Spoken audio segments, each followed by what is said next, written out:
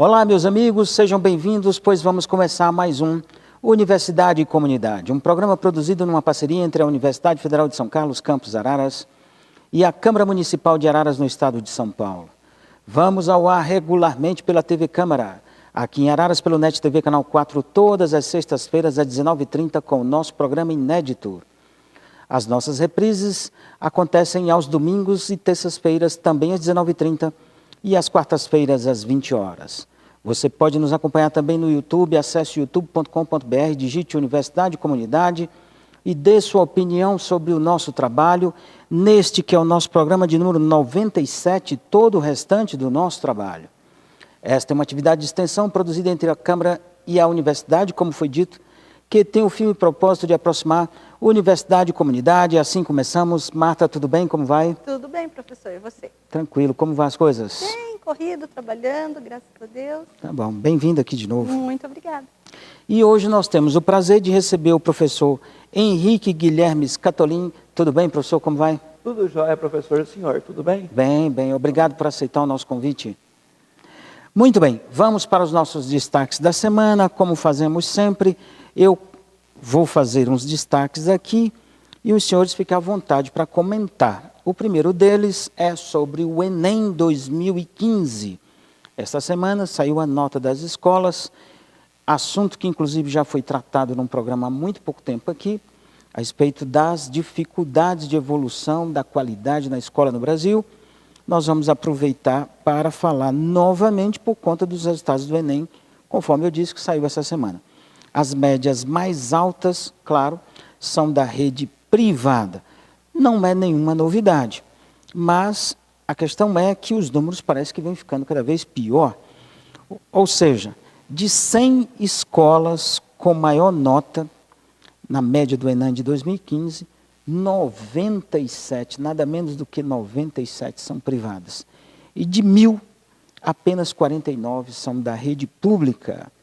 E esses números têm piorado, porque em 2014 foram 93 e em 2013 foram 78.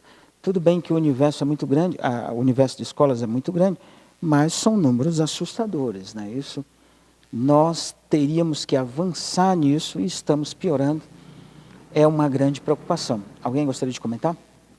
Sim, professor. Eu gostaria de iniciar meus comentários. Primeiramente, eu li também esses documentos, essas informações que foram divulgadas essa semana, mas nós devemos fazer uma análise um pouco crítica também da situação que se encontra a escola pública aqui do nosso país. Começando uma análise macro, a infraestrutura da escola, as políticas públicas voltadas aos professores, a qualidade de vida, o apoio que o Estado não dá aos professores, isso também é o reflexo que nós encontramos nesses resultados. Sim. Nós devemos olhar para esse resultado de uma maneira crítica, porque isso representa o descaso da política federal em relação ao ensino nesse país, não só no ensino médio, no ensino do primeiro grau, mas também como no ensino como um todo. Esse descaso vem há anos, não começou agora, vem há anos. Só que isso aponta para o quê, professor? Estamos caminhando para um caminho da privatização do ensino público. Entendi. É esse o meu parecer.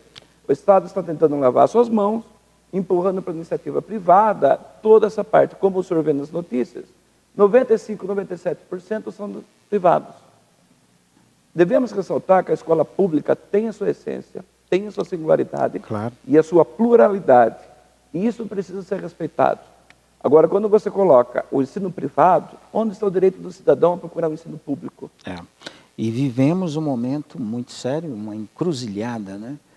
Onde se discute eficiência e gasto, né?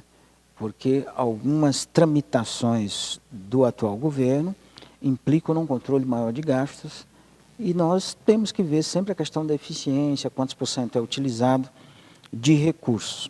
É algo que vai impactar, reverberar nos anos subsequentes, não é isso? Mas, professor Josivaldo, eu gostaria de ressaltar o seguinte: a educação é o esteio estratégico de cada país. Sim. O que está acontecendo no nosso país, que a educação está ficando em terceiro, quarto plano. E, além disso, a saúde do professor está ficando a 10º plano. O professor está sendo sucateado dentro do ensino público. Todo mundo cobra resultado dos professores, mas qual é o suporte que o Estado dá para ele? Claro. Qual a qualidade de vida que tem um professor? Ele pega um pouco de aula aqui, aula ali, e a vida pessoal dele, como que fica? Claro. Marta? Era nesse sentido mesmo o meu comentário, né? A gente fala só 3%, né? Você falou dos 97%, eu estou olhando esses 3% que ficaram. Quem está por trás desses 3%, né? A valorização desse professor, que na verdade está com um pessoal que está formando assim, na primeira infância, né?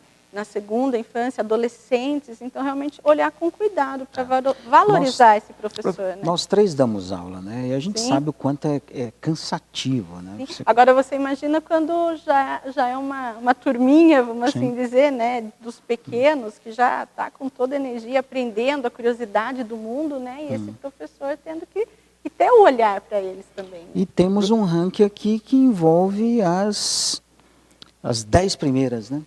Onde 4 são de Fortaleza. Por estado, Ceará. né? Por estado. Né? 3 de São Paulo, capital. Né? Uma de Teresina, Piauí. Uma de Ipatinga, Minas. E uma de Belo Horizonte. Quer dizer... Pois bem, São Paulo não se destaca nesse ranking. Impressionante, né? É muito impressionante. O que aconteceu com o ensino de São Paulo? Não podemos culpabilizar os professores. Tá. Nós devemos olhar para uma questão macro de desvalorização do ensino que vem há anos, como eu já ressaltei. E como é que fica esse professor? Nós observamos várias greves no ano passado no Centro Paula Souza e também na rede de ensino pública. E hoje também, a UFSCar há pouco tempo atrás, estava em greve também. O que aconteceu com o ensino foi o seguinte: nós estamos passando por um período fordista da educação. Tudo são números. Onde entra a qualidade? O Estado está preservando números, quantidades de alunos aprovados. E a qualidade desses alunos, como que estão? Daí esse aluno chega até o ensino superior, e daí vem toda essa política das algumas faculdades, e dá um paro para esse aluno, de resgatar esse conhecimento que ele não teve. Mas o conhecimento, o buraco é bem mais profundo. A falta é bem mais profunda. É uma falta primária. Às vezes são erros básicos de matemática, erros básicos de português, que eles não tiveram lá atrás. E eles vêm para o ensino superior com essa demanda, com essa falta. E muitas universidades têm que nivelar o ensino para dar conta desse aluno, para não causar rotatividade. É claro. Sim, porque é como ele aprendeu a aprender, né? E isso foi levando. Ele não aprendeu a aprender, na verdade. Né? O ensino tem que ser prazeroso, tem que partir da realidade do jovem. Aquele ensino massificado, que vinha imposto ao conhecimento, não pega mais. E há um discurso hoje, professor, muito forte, de retomar esse ensino. De deixar o aluno de uma maneira passiva e o professor também de uma maneira passiva e só socando o conhecimento no aluno. Isso não ocorre, não pode acontecer novamente.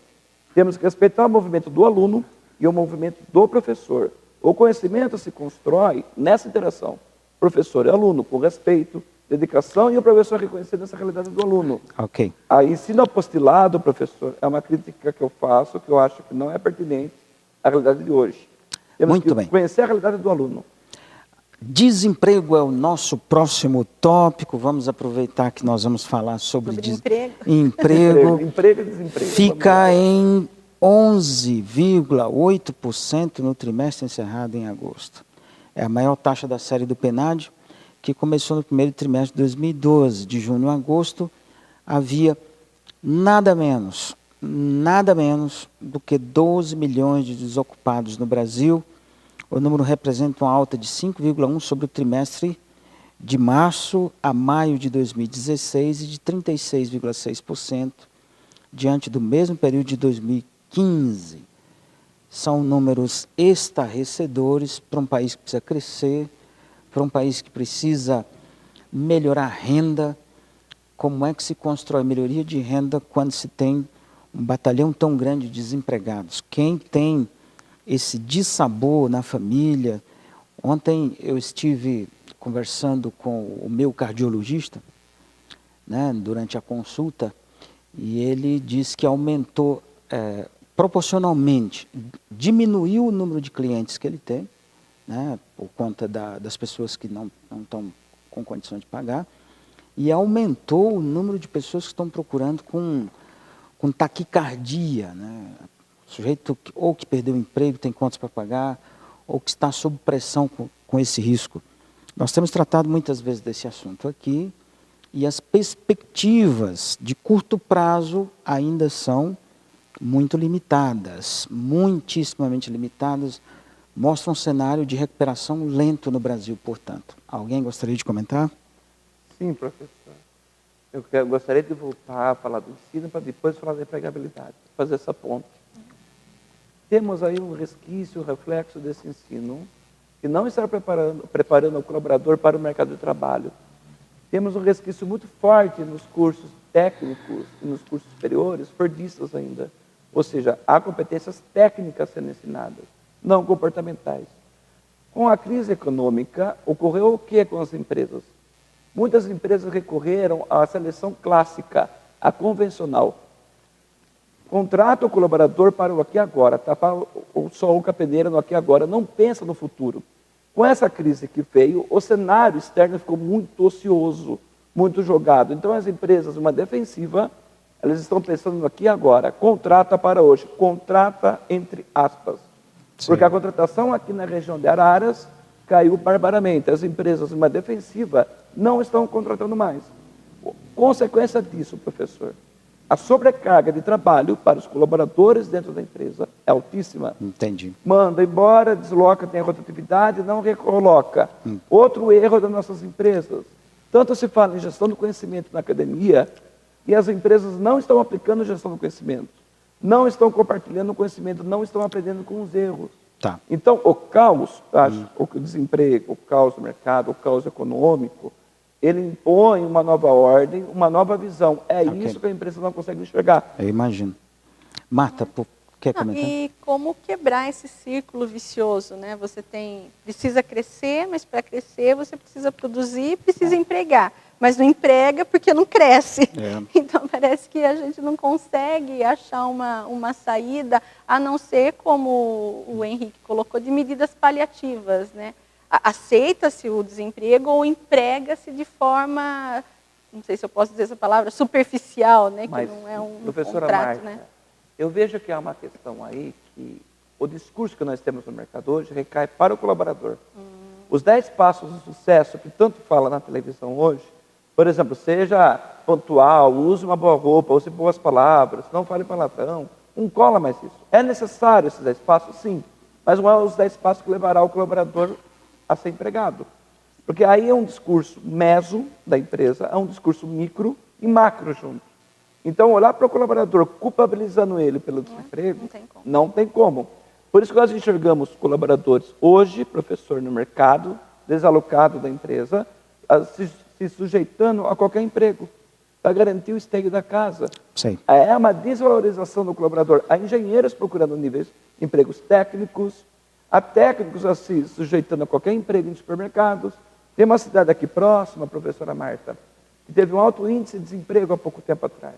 Muitos colaboradores dessa multinacional procuraram um supermercado, um hipermercado para trabalhar. O interessante é que chegaram currículos de engenheiros, administradores, para fazer funções operacionais. Se você pensar na questão de gestão de competências, o que aconteceu com esses colaboradores? E o que levará ele até um supermercado? Será que ele permanece no supermercado com toda essa competência que ele tem? Provavelmente não, né? Ele pode se frustrar, né? Claro, ele provavelmente. Não tem todo o seu potencial sendo desenvolvido para aquilo que ele foi criado, né? Mas, professora Marta, será que as empresas hoje valorizam o profissional que tem? Pois é. Pois é, vamos lá, vamos para a nossa entrevista, porque na verdade nós já estamos entrando na entrevista, né? Os assuntos estão bem interrelacionados, né? Vamos aproveitar aqui que nós temos um tempo relativamente restrito para entrevistarmos o nosso querido Henrique Guilherme Scatolin, ele que é formado em Psicologia, bacharelado e licenciatura pela Universidade Metodista de Piracicaba. Ele fez mestrado em Psicologia Clínica na PUC de São Paulo e também doutorado na mesma área, na mesma universidade. Atualmente está cursando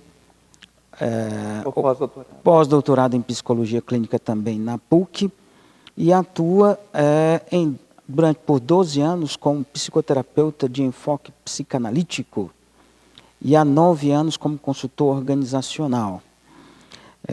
Tem uma vasta experiência ligada ao setor da empregabilidade, que é o nosso tema de hoje.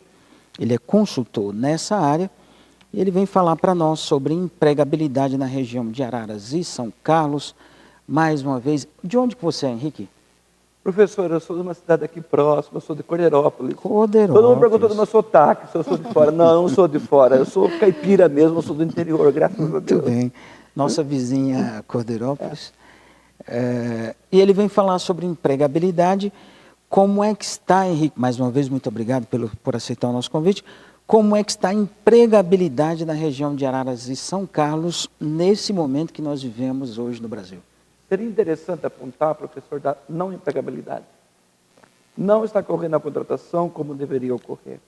Os órgãos que realizam as contratações estão parados, e algumas contratações estão ocorrendo ao nível operacional, não estratégico.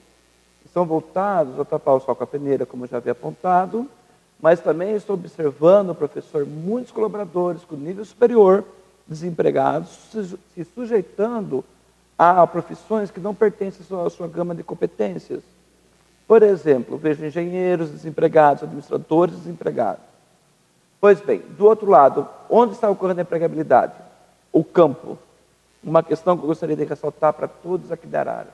A crise que nós temos hoje da empregabilidade é uma crise da indústria. E a indústria não se questiona qual é a relação dela com a crise.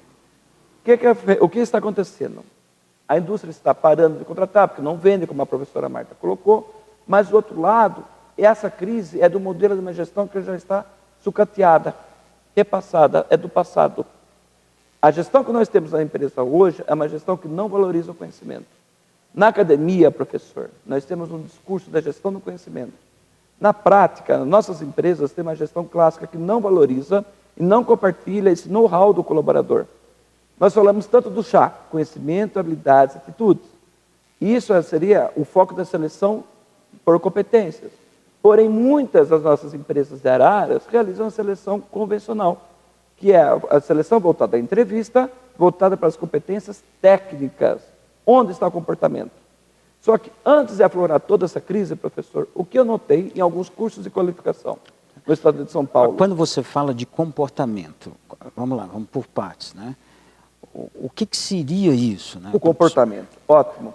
Hoje o colaborador, falando para vocês aqui da Araras, seria interessante vocês aprenderem um pouco as competências e o trabalho em equipe. Entendi. O trabalho em equipe é de extrema relevância para dar suporte para compartilhar conhecimento da empresa. Nós estamos retornando, ou melhor, reforçando um padrão que é truncado no individual. Entendi. Você tem o seu know-how, você não compartilha com ninguém, porque você tem medo de perder seu cargo. Você tem medo, de perder sua função. Esse medo faz o colaborador não compartilhar.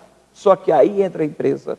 Onde está a cultura dessa empresa que fomenta esse compartilhamento? Aí, conectividade, interatividade. Sim, aí também tem um outro lado, professor, que eu vejo que a internet, a informática, a tecnologia... Não no sentido da tecnologia. As pessoas se Mas eu vou chegar aí, calma aí. Essa conectividade, essa informática, essa internet que veio, valorizou um padrão mais individual. Sim. Você fica com o seu computador, você nem sabe quem está do seu lado, você não fala um bom dia, uma boa tarde, não sabe se ele está passando bem, passando mal, você só lembra do seu colega a hora que dá 5 horas da tarde que não viu ele do lado. Daí, esse padrão que veio com o toyotismo, com essa gestão toyotista muito forte da tecnologia, fez o comportamento ficar terceiro plano. Quando você olha para o comportamento humano, e você olha para uma empresa que já está adoecida, aí que aparece o adoecimento nas empresas. Porque você olhando para uma empresa hoje, quem está contratado dentro da empresa, professor, está numa sobrecarga de trabalho imensa. Por quê? Desligou os colaboradores, não recontratou, não contratou novos, não fez seleção interna, superlotou eles de funções, deu uma sobrecarga de trabalho, a parte emocional cai. Claro. Aí aparece a depressão organizacional. E, Henrique, você coloca que as empresas, então, elas não valorizam a gestão do conhecimento. Elas Muitas podem até exigir que o seu colaborador tenha, mas não coloca em prática, né? Na sua opinião, qual seria um comportamento tão adequado para que essa empresa valorize o seu colaborador, valorize esse conhecimento, realmente faça a gestão do conhecimento? Primeiramente, professora Marta, as empresas precisam aprender com os erros, não com os acertos. Isso é uma herança toyotista, da gestão do conhecimento. Se a empresa aprendesse com os seus erros, com certeza ela investiria muito menos em treinamento investiria muito mais em qualidade de vida, porque o erro é o acerto da empresa. O acerto não é o erro. Ela tem que ver o erro como um viés estratégico para o futuro, para não repetir esse comportamento. Esse caos que nós estamos vivendo hoje é um caos também da gestão, porque a nossa gestão ainda tem uma herança muito clássica. Então, você tem a gestão do conhecimento e você fala, aplicamos conhecimento. Como que é aplicado? Eu e máquina, computador não gera conhecimento. A equipe compartilha conhecimento. O brainstorm compartilha conhecimento. As empresas que nós temos em Araras, o padrão delas é um padrão ainda clássico. E na época da crise, como uma família se trunca, se fecha, então aproveita os conflitos que estão lá dentro, não aprende e apreende com os conflitos. Isso é uma outra coisa que eu ia tocar, né? A diferença na própria gestão de empresas familiares e de empresas que já estão na mão de administradores, né? E aí é nesse ponto que eu te pergunto, como quebrar aquele velho paradigma, né? Mas eu sempre fiz assim, por que agora eu vou rever? É muito difícil as empresas verem os seus erros, você não acha?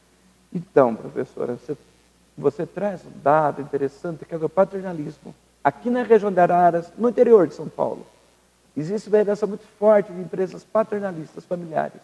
Você contrata um amigo, você contrata um parente, mas você não contrata um colaborador com competências necessárias ao cargo. E aí que a empresa ela não se questiona porque ela perpetua esse padrão. O que cabe hoje aos novos gestores, aos administradores? Olhar para a empresa como uma incubadora do conhecimento. E pensar nela como algo como uma planta que vai crescer e que vai se tornar única, diferencial de todas. Aí que eu gostaria de voltar um pouco à teoria até da evolução, professor. Adaptação, não está com os maiores, está com aqueles que se adaptam às mudanças. As nossas empresas não se adaptaram às mudanças.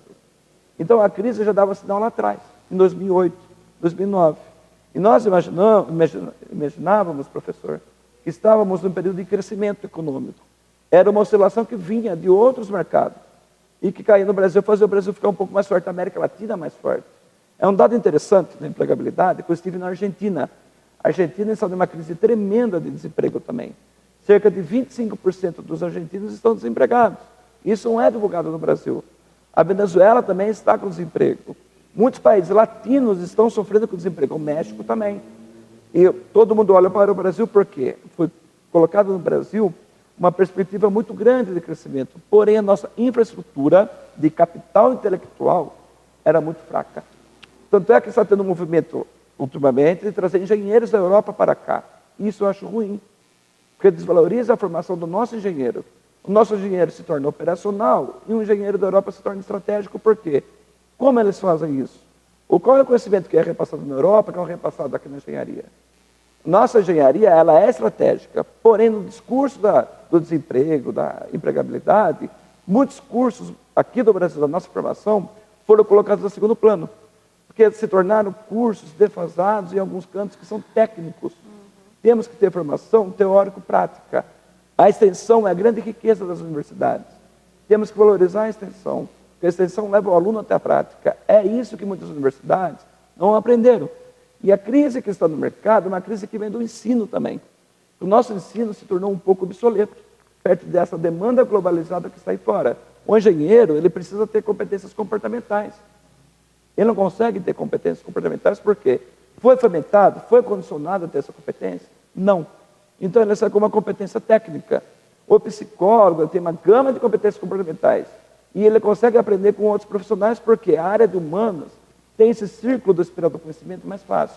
O administrador, o psicólogo. Já as áreas mais exatas são mais truncadas, professora. Elas poderiam aprender um pouco com a área de humanas. E aí é uma riqueza que está na ciência. A ciência tem que ser conectada, não truncada, como muitos cursos ainda fomentam os alunos assim. Entendi. Se nós comparássemos... Você ia falar, Marta? Não, acho que eu iria... Foi numa fala que você começou e ele também foi mais para o lado do comportamento, mas acho que eu vou fugir um pouco, então, para concluir. A respeito da atual situação de Araras e São Carlos, é possível fazer comparativo nesse momento com relação à empregabilidade ou ausência da empregabilidade, como você falou? Qual cidade está sofrendo mais? E especificamente em relação a Araras, Araras está dentro de um padrão ou tem mais desempregados ou menos? que outras? Como é que está a situação hoje? Olha, professor, eu vou falar no geral. Tanto São Carlos como Araras, a questão da contratação está truncada, está fechada. Eu converso com alguns colegas que trabalham em recursos humanos, as contratações caíram cerca de 70%, em alguns RH terceirizados, em alguns PATs caíram 80%, porque a empresa ela está num processo de reestruturação, ela está com medo. As nossas empresas, tanto de Araras como de São Carlos, estão desenvolvendo um comportamento de receio em relação ao futuro. A defesa, olhar o presente. Para moldar o presente, tem que pensar no futuro. Aprender com o passado, ver o presente para pensar no futuro. Mas por que você acha que as empresas, especificamente, deve ter tido uma razão? Por que elas não... Eu até tenho lá minhas impressões, mas por que elas não se atualizaram com o objetivo de buscar, numa visão de futuro, outras possibilidades de mercado, conhecimento, etc. Parece que esse é um fenômeno que aconteceu no Brasil e nós estamos refém dele agora. Mas por que não foi diferente? Olha, professor, gostaria de botar um pouco no aspecto histórico. O Brasil, ele desenvolveu um comportamento operacional em relação aos países europeus e os Estados Unidos. Nós deveríamos ter fomentado um conhecimento estratégico. Toda essa gama que está acontecendo nas empresas hoje é reflexo do ensino. Entendi. Que vem no ensino. Nós podemos culpabilizar a escola pública na universidade, por favor, mas nós temos um padrão de ensino ainda que é operacional de repetir o conhecimento, não de fomentar e inovar o conhecimento. Há muitas pesquisas sendo publicadas que tentam valorizar essa inovação. Só que eu gostaria de destacar o seguinte, no Brasil, quem fomenta as pesquisas é o órgão público. Agora está tendo a mudança de muitas empresas se aproximarem das universidades para fomentar as incubadoras. Mas é muito incipiente ainda, né? É muito pouco. Já nos Estados Unidos é o oposto. Quem fomenta as pesquisas são as empresas. Pega o capital da universidade e leva até a empresa. Por isso que lá se tornou um paradigma estratégico, que serve de parâmetro para alguns países, não para todos. Só que o Brasil ele não mudou esse parâmetro operacional. Então o colaborador vai na empresa, ele aperta o parafuso, vai para casa, toma uma cervejinha e fica feliz. Não. Nós ficamos condicionados a um padrão passivo, de receber o conhecimento passivamente, de receber esse capital passivamente, e não questionar. O questionamento faz parte da formação do aluno, o questionamento faz parte da formação do colaborador. E na empresa, muitas empresas, na nossa região, quando ele questiona, ele se torna uma afronta. E aí, essa afronta, o conhecimento é uma afronta para muitas empresas. Porque nós temos supervisores nas nossas empresas que têm o conhecimento know-how prático, mas não tem uma formação técnica nem superior. O conhecimento, quando se aproxima da empresa, muitas empresas expulsavam, simbolicamente, tiravam da empresa. Porque isso ameaçava muitos cargos da empresa. Entendi. A empresa ela precisa aprender que o conhecimento faz ela crescer, não faz ela diminuir. Então, quando uma empresa ela solta o conhecimento, ela não aproveita com o conhecimento interno e externo, ela está fadada a se fechar. É uma célula que vai morrer. Por isso que eu gosto da visão da empresa como um organismo vivo. Ela tem que aprender a se adaptar com as mudanças de fora, não se fechar. Nossas empresas estão se fechando. Ela não pode ter esse comportamento. Ela tem que olhar para fora e falar, o que eu vou aprender agora? E não só isso, quando você fala de comportamento estratégico, é a questão do longo prazo. E o conhecimento não é de curtíssimo prazo. Agora, como que as empresas, se elas querem resultados imediatos, elas vão valorizar o conhecimento só se ela tiver uma visão de longo prazo. Sim. E isso é um paradigma que está demorando um pouco para se romper. Demora porque as empresas elas se cobram, professora Marta, para o resultado não aqui agora, é imediato. Sim. E o comportamento humano é a longo prazo. Como você molda um colaborador? É a longo prazo. Aí eu gostaria de fazer uma crítica, professor, e ao pessoal aqui da área, aos cursos de qualificação. Nós temos cursos de qualificações aqui no Brasil, ainda mais no interior de São Paulo, que são qualificações técnicas. Não trabalham com comportamento. Então, o colaborador, o Zezinho, faz a qualificação, faz a segunda, faz a terceira, faz a quarta, e ele não se emprega. Onde está essa falha? Porque a qualificação técnica ela não se torna diferencial. A parte técnica ela é fundamental, claro. Mas a parte comportamental, de interagir e aprender, é de extrema relevância para criar a proatividade do colaborador e ir atrás do conhecimento, não se tornar passivo. Claro. Meu querido, infelizmente nosso tempo acabou. Um gostinho de uma próxima, hein? Poderíamos continuar conversando, porque é um tema muito vasto e muito de interesse, muito do interesse de todo mundo. Mas eu gostaria de agradecer enormemente a sua presença. Foi um prazer recebê-lo aqui. Sim, eu agradeço a presença, professor, o convite que o senhor me fez. E você também, professora Marta, agradeço a presença da professora. E eu fico aberto para novas entrevistas aqui com vocês. Na região aqui de Arara, São Carlos. É um prazer. Ok? Compartilhar conhecimento.